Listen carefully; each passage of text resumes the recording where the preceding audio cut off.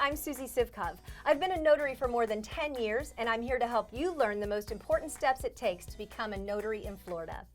Before we dive in, I thought it would be helpful to briefly go over what notaries actually do and to touch on why the state makes applicants go through all of the steps I'll walk you through during this video.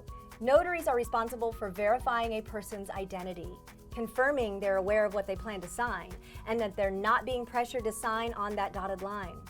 Because the purpose of all of this is to protect the public, you'll need to meet a few requirements before you start the notary application process. While some states have more requirements than others, most of them include being 18 or older, being a legal resident of the state, and not having any felony convictions. The application process is a bit tricky, so make sure you follow all of the instructions to become a Florida notary carefully. First, you'll need to get your surety bond. Then you'll take some training.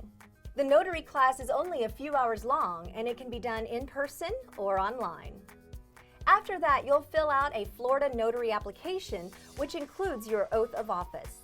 The form also has an affidavit of character section. You'll need to ask someone who's known you for more than a year to fill out that part. Next, you'll sign your surety bond form. Your bonding company will provide their directions for submitting your Florida application documents as well as the processing fee. Once all of that is done, you'll have to wait a few weeks for the Florida Department of State to process your information. When your application is approved, your bonding company will create your Florida Notary Commission certificate. Next up, you'll need to order your official Florida Notary stamp.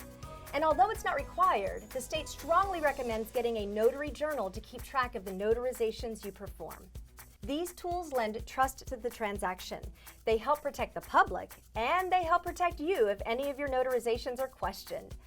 There are a lot of optional supplies to help you carry out your day-to-day notary work too. Consider using a guidebook that shows you the security features to look for when you check a signer's ID. And you might want to get a carry case that locks so you can keep your supplies secure. Now let's talk a little bit about notary errors and omissions insurance.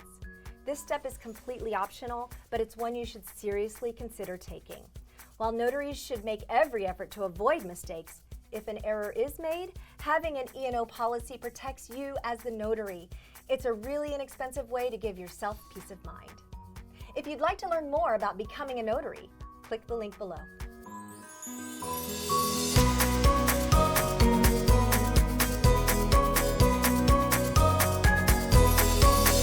Are you ready to become a Florida notary?